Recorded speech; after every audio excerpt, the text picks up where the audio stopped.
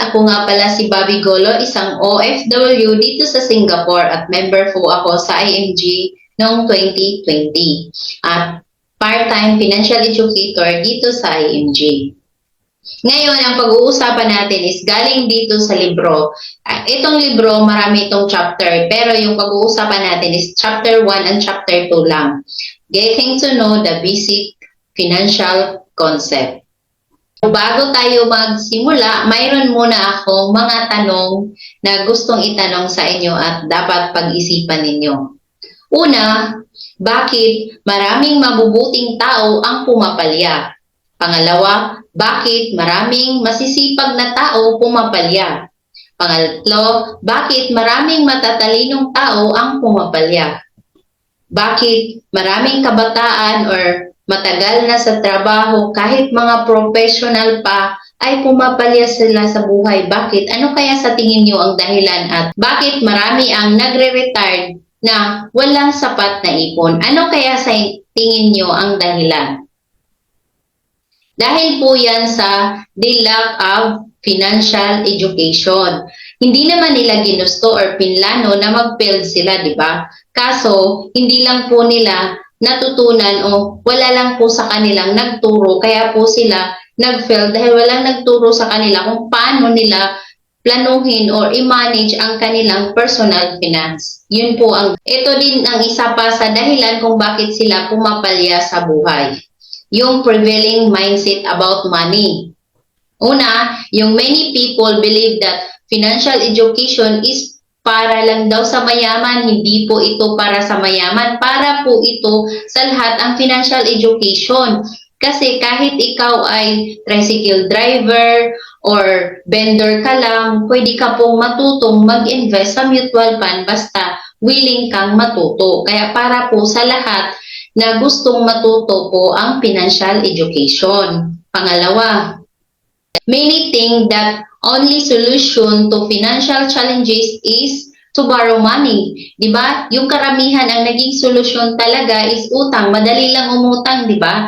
Na kung kinapos, pag kinulang, may emergency, utang lang po ang naging solusyon natin. Pero ang totoo po, hindi po lang utang ang solusyon. Oo, nasolusyonan mo yung problema mo ngayon, pero may problema ka na naman sa susunod na araw kasi yung pangbayad mo sa utang, diba? Saan ka na naman kukuha? Kaya dapat po gamitin natin yung spare time na natin para kumita po ng extra money. Yung pangatlo po, some say that because they are poor, they don't need to save, di ba? Ayaw na nilang mag-isip na mag-ipon kasi yung kinikita nila konti lang, sapat lang sa pagkain.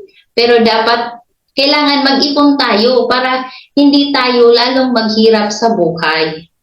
And then, many people depend on their job alone, di ba? Karamihan, okay na ako sa trabaho ko, hindi ko na kailangan ng extra job, extra income.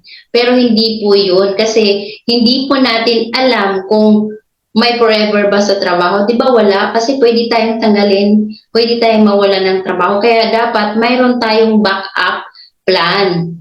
Nung mayroon tayong extra business or mayroon tayong extra job para kung may part-time tayo, na kung mawalan tayo ng trabaho, di pwede tayo mag-full-time sa ating part-time. Di ba hindi tayo magkaroon ng problema? Many people are spending their money the wrong way. Di ba? Marami sa atin ang maling paghawak sa pera. Kaya hindi tayo nakapag-ipon. Kapag hindi po natin to binago, ito yung magiging challenges natin in the future. Una, wala na tayong job security. Insecurity na lang ang mayroon. Kasi pwede tayong palitan ng mga machine or kiosk, di ba? Ngayon po yung sa airport lang, last year, nagsimula na sila na ikaw na mismo magpila doon sa machine, pupunta ka lang sa machine para i-scan mo yung passport mo, din lalabas na makapag-check-in ka na, di ba? May lalabas doon ng papel, ikaw na yung gagawa nun. Dati, magpipila ka doon sa counter para sila yung gagawa sa'yo. Ngayon, ikaw na do it yourself. And then, yung mga factory workers, di ba? Pwede nang palitan din ng machine. and computer at pwedeng magsara yung kumpanya na pinagtatrabahoan natin tulad ng COVID, di ba? Kaya maraming company ang nagsara. Kaya hindi talaga pwede na mag-stick tayo sa isang lang trabaho. Kailangan mayroon tayong part-time job or part-time business para pag nawalan tayo ng trabaho, di may backup tayo, di ba? Pwede tayo mag full-time na tayo sa business natin.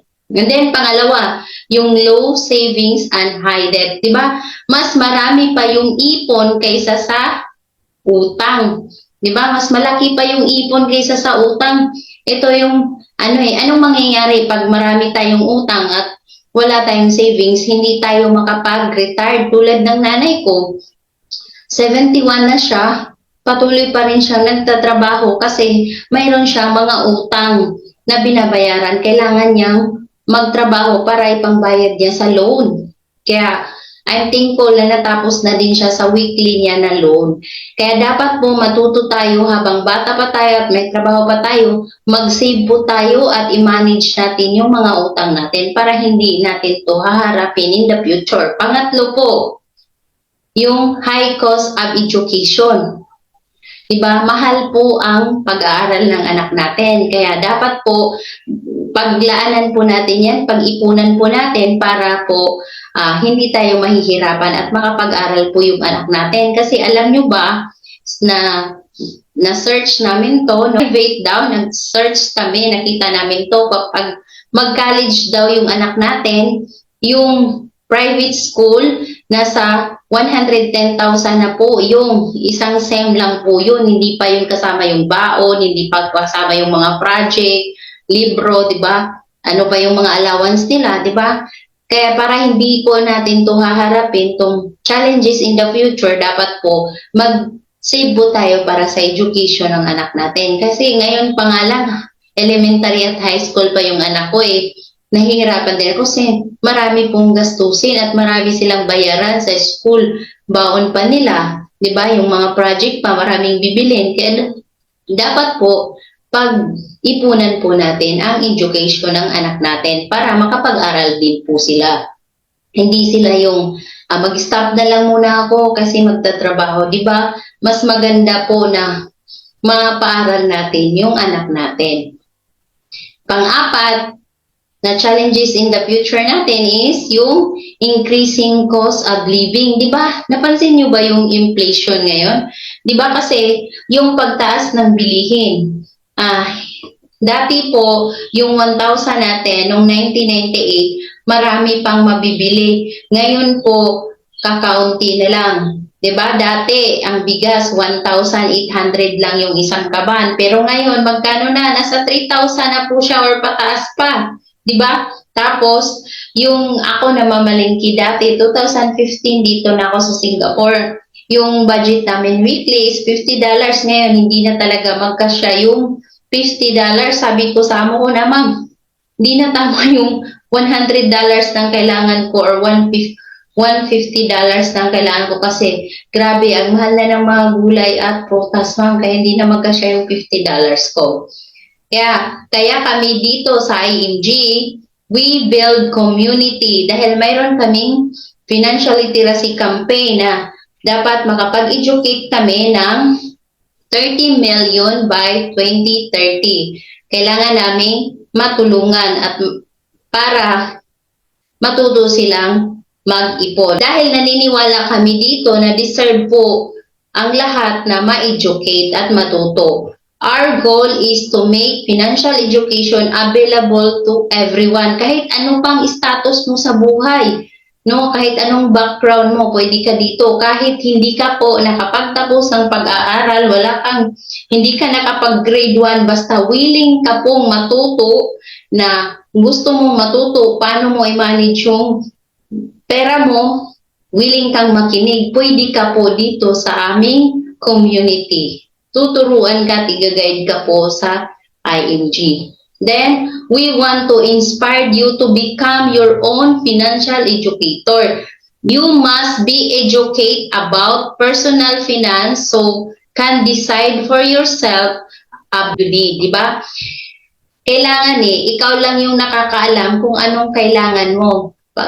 Tapos, kami nandito po sa ING is i-guide ka po namin. Kung sasabihin mo sa amin kung ano yung kailangan mo at gusto mo para ma-recommend din namin sa inyo yung para sa iyo na maganda.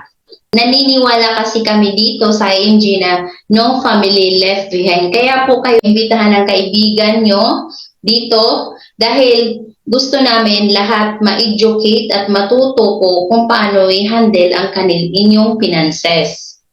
You can control your future dahil nobody should be more interested and invested in your financial future than yourself. Oo, wala naman talagang ibang gagawa nun kundi ikaw mismo kasi kung mayroon mang gagawa para sa'yo na magka-interest, siguro lulukuhin ka or i-scamin ka. Kasi kahit gobyerno or employer mo, hindi po nila yung gagawin para sa'yo. Dahil your own responsibility to learn the simple rule of how money works. Understanding it's a part of taking care of your family. Kasi kung mahal natin yung pamilya natin, kung mahal mo ang pamilya mo, dapat magbigay ka ng oras para matuto ka about your financial. Diba? Yung finances natin, kung paano natin i-handle. Kaya dapat po, bigyan po natin ng panahon at oras para matuto po tayo kung paano natin i-manage yung ating income. Become your own financial educator. Dapat po, matuto po tayong mag-make more money. Dapat alam natin kung paano natin i-save ang ating pera ng tama. Dapat alam natin kung paano mag-grow ng tama ang pera natin. Dapat alam mo kung paano mo i-protect yung pera mo ng tama. Are you ready to become your own financial educator? Kung ready ka na, start na tayo getting to know the basic financial concept. Dito po may tatlong concept po. Itong unang concept po is building block of a strong financial foundation. Strong financial foundation po is parang bahay lang yan, dapat matibay ang pundasyon. Kasi kung hindi matibay, pag may bagyo, di matitibag yung bahay natin. Ano ba ang unang tinatayo ng bahay? Haligi, di ba? Ganon din po sa financial foundation. Haligi muna dapat. Ang haligi po ng financial foundation is increase cash flow. Bakit kailangan mong i-increase yung cash flow mo? Dahil kung mayroon kang mga utang, mabilis mong bayaran yung utang mo at mabilis ka pang makapag-ipon pag mayroon kang extra income, di ba? Pag na-increase natin. Then pangalawa, healthcare. May dalawang klase ng healthcare. Una is short-term and long-term. Ang short-term is, ito yung binibigay sa company na provided kung nagtatrabaho ka.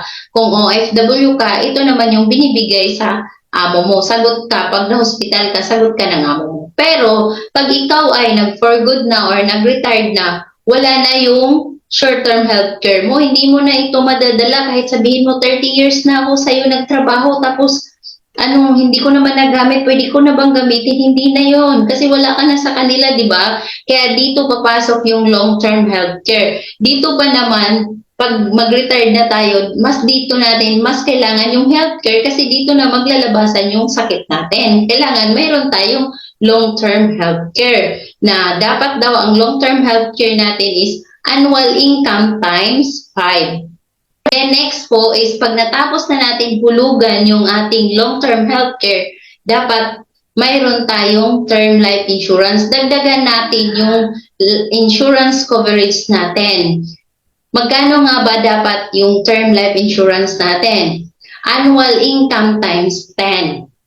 And then, pag na-build mo na yan, meron ka ng increased cash flow, long-term healthcare, and term life insurance, eliminate natin yung utang natin, bayaran natin yung utang natin, kaya natin kailangan yung increased cash flow, di ba? Para mabilis natin bayaran yung utang natin. Then next po is emergency fund. Dapat po mag-build tayo ng emergency fund at least 3 to 6 months po na expenses natin para pag may in case of emergency or nawalan ka ng trabaho, di mayroon kang magagamit na emergency fund. Pag ito na-build mo na to, Pag na-build nyo na po to, pwede na po tayong, pag na-build na natin to lahat, pwede na tayong mag-invest. Bakit huli po ang investment? Ang investment po, ito yung bubong ng financial foundation natin. Kaya po huli ang investment dahil po may utang ka din tapos nag-invest ka tapos paano kung malaki yung interest sa utang mo kaysa sa investment mo? Parang niloloko mo lang yung sarili mo, di ba?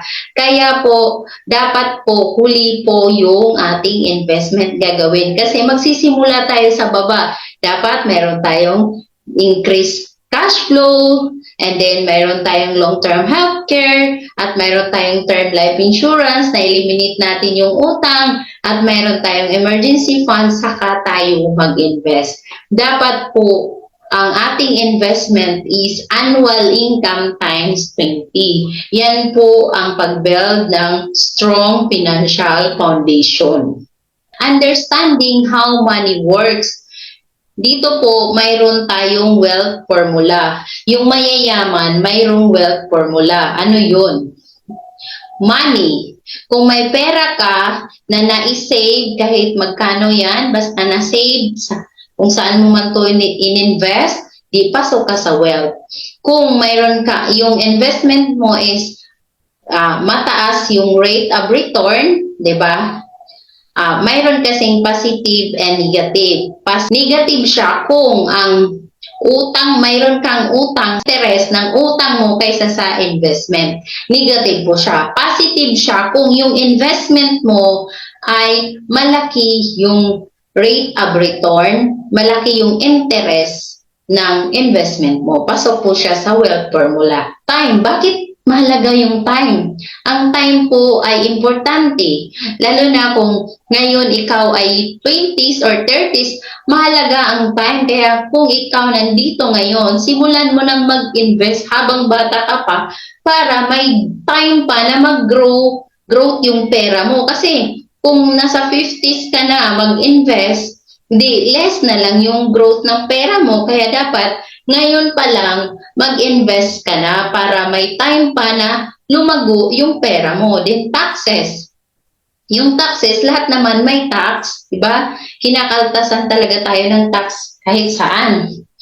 Kaya dapat mag-invest ka doon sa may tax advantage. Yung maliit lang yung tax niya na kukunin, di ba? And then, inflation. Kailangan po yung investment natin mas mataas sa inflation para makasabay ang pera natin sa inflation, di ba?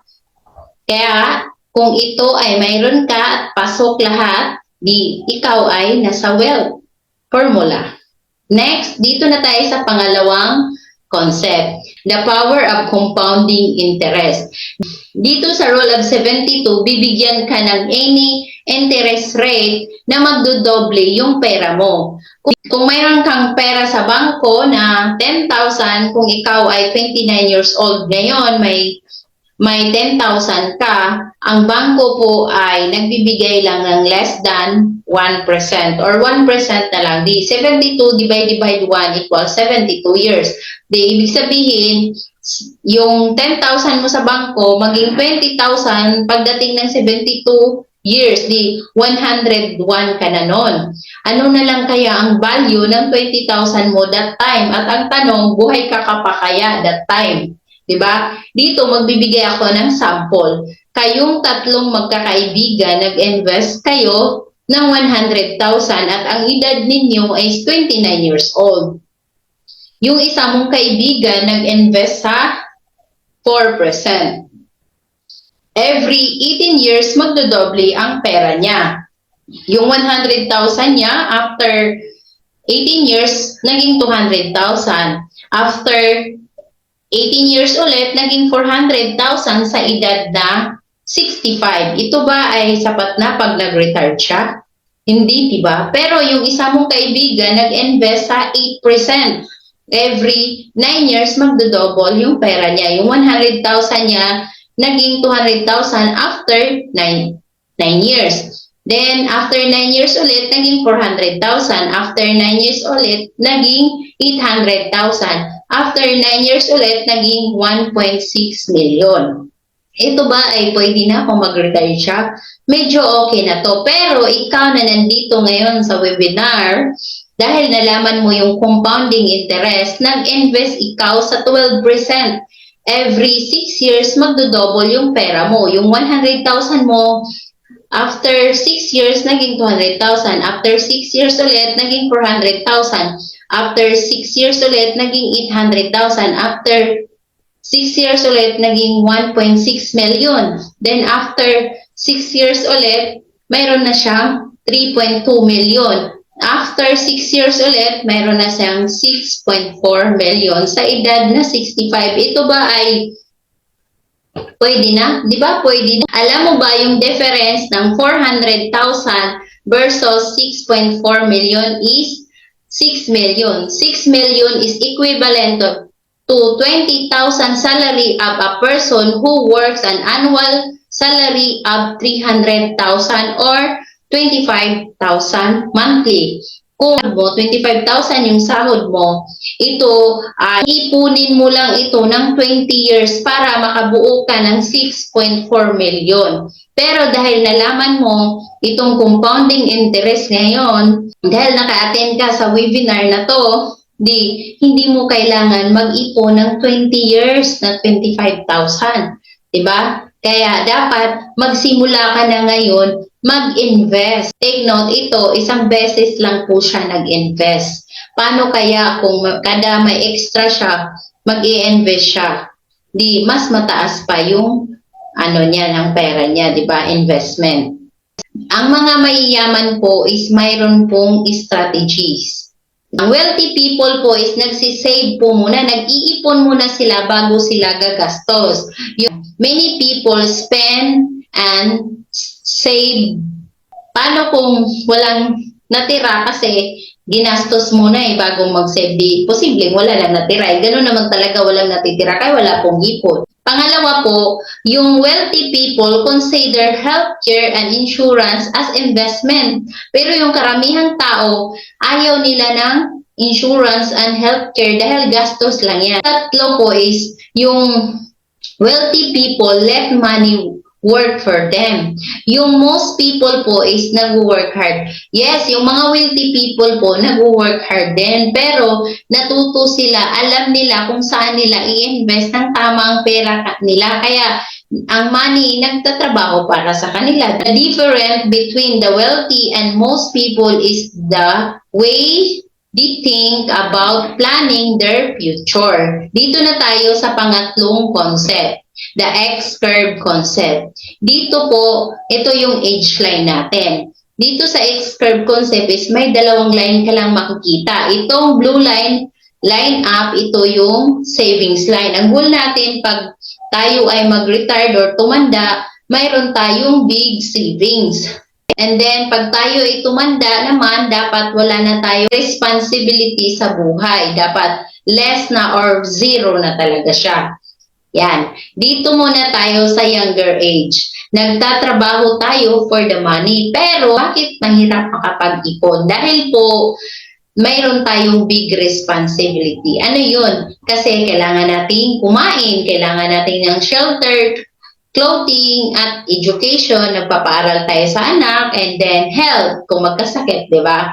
And then, yung naging solusyon po natin, pag nagkagipit-gipit, mangungutang. Kaya naging responsibility natin na yung loan na bayaran. And then, forever po ito ha. Kasi kahit matanda ka na, kahit nag-retired ka na, need mo pa rin kumain, shelter, clothing. Yung health, ito pa naman yung malaking gastusin. Dapat, pag tayo ay matanda na at nag-retired na tayo, dapat wala na tayong utang. Income natin is temporary. Bakit siya temporary? Kasi pwede tayong mawala ng trabaho. Pag nawalan tayo ng trabaho, wala na tayong income, di ba? Pero forever yung gastos natin, no? Forever yung expenses natin. Dito pa lang may problema na kasi mayroong income natin na temporary, pero yung expenses, gastos natin is forever. Habang buhay tayo, magbabayad ng bills, kakain, di ba? Forever siya dito, may problema na. May dalawang if sa buhay natin. Yung unang if is, what if you die too soon? Kung ikaw yung breadwinner, na wala ka, paano yung pamilya mo? Who will take care of your family? Na wala na yung income, pwede pa tayo makapaghanap ng trabaho, di ba, income. Pero ikaw mismo breadwinner na wala, di ba? Paano yan? Dapat mayroon tayong income protection in financial planning term life insurance para ito po yung mag-protect sa pamilya mo. Ito yung papalit sa income mo. Kasi nawala ka, mayroong matatanggap na instant money galing sa insurance mo kasi nakasecure ka. Diba? Nakahanda ka. Hindi mo naman habang buhay kailangan yung life insurance. Kailangan mo lang ito kapag wala ka pang big savings. Dahil pag wala ka pang big savings, wala kang maiiwan sa kanila. Pero pag mayroon ka ng sapat na ipon na maiwan sa kanila, di less na lang yung life insurance mo. Pero dahil nga wala ka pang big savings, dapat mayroon kang malaking term life insurance, yung life insurance. At yung pangalawang if natin is, what if we live longer? Problema ba yun? Di ba masaya dahil nabuhay tayo ng matahaba? Pero ang problema dyan, kung wala tayong ipon, sinong mag-take care sa future natin? Di ba? Sinong mag-aalaga sa atin? Hindi naman pwedeng umasa tayo sa anak natin or sa kamag-anak. Kaya dapat mayroon tayong investment para ito yung magsusustain sa mga pangangailangan natin and long-term healthcare. Kasi ang investment and long-term healthcare, ito yung susustain sa mga pangangailangan natin at ang health pa naman, ito yung mahal na gastos. Dito tayo magkakasakit na, dito na tayo lapitin ng sakit pag matanda na tayo, dito na lalabas yung mga sakit natin. Kaya dapat importante na mayroon tayong long-term healthcare para mayroon tayong magagamit kung need nating ma-hospital, di ba? Kaya dapat mayroon tayong investment para living on interest na tayo. Money working for us na. Kaya dapat habang bata pa tayo, nagtatrabaho pa tayo, malakas pa tayo, mag-invest at kumuha ka na ng long-term healthcare. Ito yung three major financial needs natin. Una is income protection life insurance. It will protect your family if you die too soon. Life insurance protect can help you replace your income, help finance your children education, and pay tax and pay debts, etc. instantly. Dalawa is investment. Ito yung sagot pag nabuhay tayo ng matagal. And pangatlo, long-term healthcare. Ang long-term healthcare po is mahal na siya pag ikaw ay 50 plus na. Kaya dapat habang bata pa tayo, kumuha na tayo ng long-term healthcare para mura pa siya. At ang long-term healthcare po is hindi na po pwede pag ikaw ay 60 plus na. Nasa 60 pa, pwede ka pang kumuha. Pero pag lagpas na, hindi na po. Kaya ngayon pa lang dapat mayroon tayo nitong 3 major financial needs natin. Yung karamihan po na hindi pa alam tong 3 major financial needs natin, ito yung naging solusyon nila, yung government program.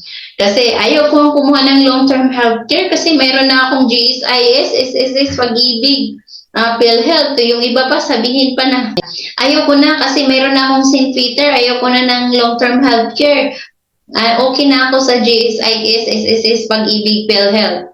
Alam nyo ba na ang SSS, GSIS, Pag-ibig, PhilHealth is may limitation siya. At ito po ay hindi po ito sapat. Magkano lang ba ang makukuha mo sa SSS, GSIS? 4,000, 8,000? Sapat ba ito kung may maintenance ka na? Okay lang na mayroon ka na nito, mayroon kang GSIS, SSS, Pag-ibig, PhilHealth. Kasi pwede naman pong tayong dumagdag sa long-term healthcare. Kumuha ka ng another long-term healthcare mo. Kahit mayroon ka ng SSS, mas maganda yun na marami tayong investment. Mayroon tayong matatanggap na marami pag nag-retire tayo. Dayon, na hindi tayo aasa lang sa SSS, GSIS. Mas maganda na mayroon din tayong long-term healthcare na investment. Kasi ang PhilHealth din po is 20% lang po ang sasagutin nila. Hindi po nila babayaran lahat yung bill sa hospital. Kaya dapat meron talaga tayong long-term healthcare.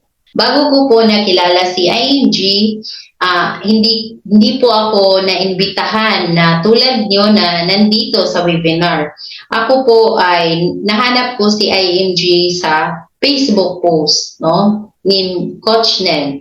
Tinanong ko siya kasi ang hinahanap ko is insurance. Gusto kong ma-insure dahil na ayaw kong matulad yung mga anak ko na in case na mawala ako, paano yung mga anak ko? Magkahiwalay-hiwalay yung mga anak ko. Kaya sabi ko, gusto ko ng insurance. Kaya tinanong ko siya kung ano yung pinost niya about long-term healthcare. Kaya nung na-explain niya sa akin, kumuha po talaga ako dahil ito yung hinahanap ko, yung long-term healthcare. Nandun na yung solusyon. Pag nawala ako, may matatanggap na pera yung mga anak ko. Hindi na sila magkakahiwalay at makapagpatuloy pa sila sa pag-aaral. Kasi mahirap yung maaga namatay kasi yung tatay ko, 1 years old lang po ako noon. At mahirap kasi kami pong lahat ay hindi nakapagtapos sa pag-aaral dahil hindi kami kayang paralin at suportahan ng nanay namin. And then, nag-working student po kami. 3 kami magkakapatid na nag-working student. Yung isa hindi po nag-aaral, yung isa nasa nanay ko, hindi rin po nakapagtapos. Kaya mas maganda talaga na i-prepare natin yung sarili natin na makapaghanda tayo para hindi din kawawa yung maiwan nating mga anak kung pamilyado po tayo. Kaya I'm thankful na nakilala ko din si IMG dahil natuto ako kung paano ko i-manage yung mga utang ko, paano ko nabayaran yung mga utang ko. Importante talaga na matuto tayo kung paano tayo i-increase yung cash flow natin dahil po sa ING, naturuan po ako kung paano ako kumita ng extra income kaya mabilis kong nabayaran yung utang ko.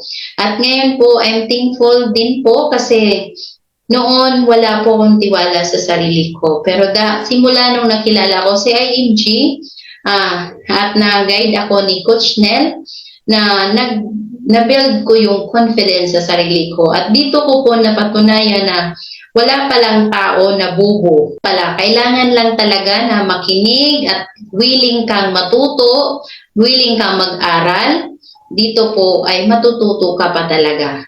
Kaya mahalaga po na kung ikaw ay takot o walang tiwala sa sarili mo, mag-join ka sa IMG dahil mabuild mo talaga yung confidence sa sarili mo. Magkakaroon ka talaga ng believe sa sarili mo. I'm so thankful na nakilala ko si IMG dahil nakapag-start ako kung paano ko i-invest ng tama ang pera ko. Sino nga ba si IMG? IMG or International Marketing Group was established in 2002. Ibig sabihin po is 21 years na po si IMG. IMG is the one of the biggest and faster growing financial services and company in the Philippines. Hindi lang po sa Pilipinas ha, mayroon tayo sa Macau, Taiwan, Middle East, Europe, USA, Canada. And IMG is assess people who want to help themselves achieve financial security through financial education and a solid financial foundation. IMG po, we have established partnership with the biggest company in the financial industry. Ang main headquarters po sa IMG is sa Makati. Pwede po kayong pumunta sa office ng IMG, pwede nyo pong bisitahin. Ang mission po ng IMG is to help attain financial freedom. Kasi naniniwala kami dito na lahat po pwedeng magkaroon ng financial freedom kung ikaw ay may gagawin kung may gagawin ka, ma-achieve mo talaga yung financial freedom. Ang vision po ng IMG is to lead the financial revolution. We want to make financial solution and business solution to available to everyone. Kasi para po ito sa lahat na willing pong matuto at ma-educate yung sarili. Pwede po dito ang lahat. Our core purpose is to stop poverty. Diba? Makakatulong po tayo sa bansa kung tayo ay nakapag-ipon, nakapaghanda, mayroon tayong long-term healthcare, di ba? Natulungan po natin yung bansa kasi nakapaghanda tayo. Our solution is financial solution, education, and execution. Kasi dito talaga, i-guide ka, tuturuan ka talaga. At dapat i-execute mo. And then, business solution, bibigyan ka ng increased cash flow ni ING. Dito, ma-increase mo talaga yung cash flow mo dito sa ING. Kasi mayroon business na binibigay si ING. And mayroon tayong community shape environment plus benefit kasi dito sa ING napapalibutan ka ng mga tao na savers. Kasi mahirap naman yung mga nasa paligid mo is mga gastador. Di ba mahirap makapag-ipon. Kaya dito po sa ING is ang nakapalibot sa iyo is mga nag-iipon talaga. Dapat i-apply po natin yung solusyon para ma-build natin yung solid financial condition natin at magkaroon tayo ng lifetime healthcare fund at magkaroon tayo ng lifetime retirement fund at mag-retire tayo na young at mayaman, di ba? Maganda yung mag-retire tayo na bata pa at mayaman pa tayo. Pag ikaw mag-member sa ING, mayroon tayong 63 benefit. Pero dito po, ipapakita ko lang yung ilang benefits sa ING. Unang benefit mo is magkakaroon ka ng free copy in this book. The Secret to Savings and Building Your Future. Maganda po tong libro na to. At mayroon tayong financial workshop. Dito ko natutunan po sa workshop 1, workshop 2, workshop 3, workshop 4, workshop 5, yung kung paano ko na increase yung cash flow ko, na-manage ko yung utang ko, at dito nakapag-start na rin akong i-build yung aking strong financial foundation. Tuturuan ka din dito ng proper protection, tuturuan ka dito paano mo i-build yung wealth and asset accumulation mo, at tuturuan ka din dito about sa retirement planning mo, at wealth preservation, at dito, mayroon din, tuturuan ka din at i-guide ka kung paano mo i-build yung business industry mo dito. Maganda dito kasi sa workshop, ang big three po talaga yung magtuturo sa iyo live. And then, mayroon din po tayong free gift. Magkakaroon ka ng 100,000 to 600,000 na personal accident insurance. And then, magkakaroon ka din ng 50,000 Fidelity Life Insurance. At kung nagsasalamin ka, mayroon din tayong Vision Care. Mayroon tayong free, unlimited consultation sa Kaiser Medical Center pag tayo po ay member sa ING. At mga discounted, magkaka-discount tayo. At kahit yung immediate family member natin, magkaka-discount din. At isa pa dito yung maganda sa ING, magkakaroon ka ng automatic 1,000 pesos initial fund sa Sildigo Fund. Kaya kahit tricycle driver ka or vendor ka, construction worker ka, makapag-ipon ka talaga dahil dito po sa mutual fund, pwede ka na mag-top up kahit 20 pesos lang. At mayroon tayong access sa healthcare product and services. Mayroon tayong life insurance sa mayroon tayong Everest Memorial Service at mayroon tayong exclusive to ING member, no, free investment seminar. At mayroon tayong exclusive to ING member sa mutual fund at no NT free. Zero siya, 0%. Wala po yung interest, no? Kung 1,000 yung ilalagay mo, 1,000 din yung ine-invest mo. Tayong free financial check-up kasi hindi lang katawan natin yung i-check up, yung pitaka at bulsa din natin. At then mayroon tayong may trade, mayroon din tayong ito yung business industry. Dito po kung ikaw po ay maraming matulungan sa ING, marami kang ma-guide, maraming matuto sa iyo, di ba? Mayroon kang na-educate, dito po bibigyan ka ng reward ni ING. And then mayroon din po tayong free HMO. Kung masipag ka dito sa ING, bibigyan ka ng short-term healthcare. Kasi kung wala ka ng trabaho, di ba, wala ka ng short-term healthcare. Kung full-time ka sa ING, mayroon ka ng short-term healthcare. Mayroon din tayong asset preservation service. At ito pa yung magkakaroon tayo ng portal pag tayo ay member sa ING, makikita mo, mamomonitor mo yung investment mo kasi meron kang online access. Ibang bansa na mag-member ka sa ING, mayroon kang worldwide protection. Magkakaroon ka ng accident death benefit na 500,000, burial benefit 100,000, accident medical.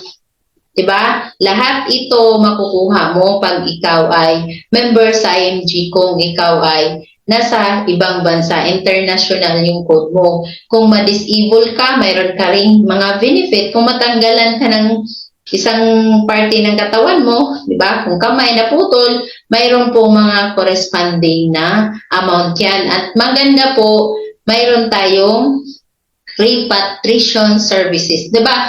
Kasi ko, 'di ba, marami tayong nakikita or napapanood na mayroong OFW na namatay. Tutulungan din tayo ni ING na mauwi yung katawan natin, na mauwi tayo sa pamilya natin. 'Di ba? Hindi na problema yung pamilya natin kasi mayroon tayong service tulad ng Everest Memorial Service, 'di ba? Kaya dito talaga sa ING, kahit mawala ka na sa mundo, tutulungan ka pa rin. Kaya ang maganda po dito is kahit mawala na tayo, tapos member ka sa ING, active member ka sa ING, pwede mo pang mapamana ito sa mga anak mo or sa pamilya mo. Ito yung mga big company na kapartner sa ING. Sa health is Kaiser, sa life insurance, Manila Banker, and Fidelity Life. Sa investment is Rampberg, Atram, Soldivo, PAMI. And sa real estate, SMDC, Ayala, then General Insurance sa Bolt, and then Ally Services. Action step na gagawin mo. Una, mag-set ka ng one-on-one free financial check-up sa taong nag-invite sa'yo dito. Kung sino po yung nag-send sa'yo din itong video, i-message mo siya para magkaroon ka ng free financial check-up.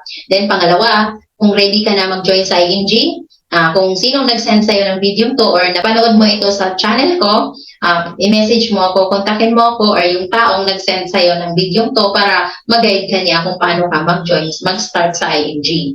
And then, pangatlo, step, mag-invite ka ng friends and family mo, yung loved ones mo, na umattend ng live webinar para matuto din po sila, para marami tayong ma-educate at matutong i-manage ang kanilang finances. Dahil nandito ka, tinapos mo itong video, nandito ka sa video to, natapos mo ito, pinanood mo lahat, mayroon kang free 20,000 na makukuha.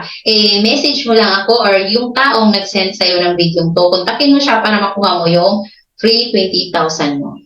Kung mayroon po tayong natutunan, kailangan talaga na i-take natin ito ng action para ma-achieve natin yung gusto nating ma-achieve sa buhay. At kailangan po, habang bata tayo, mag-invest tayo na para sa ating future retirement. Kasi mahalaga na mayroon tayong savings pag nag-retire tayo para maganda yung retirement natin, hindi tayo maghihirap pag tayo ay tumanda, hindi tayo aasa sa ibang tao or sa mga anak natin. Kaya dapat i-secure natin yung future natin at yung pamilya natin. Thank you. Have a good day.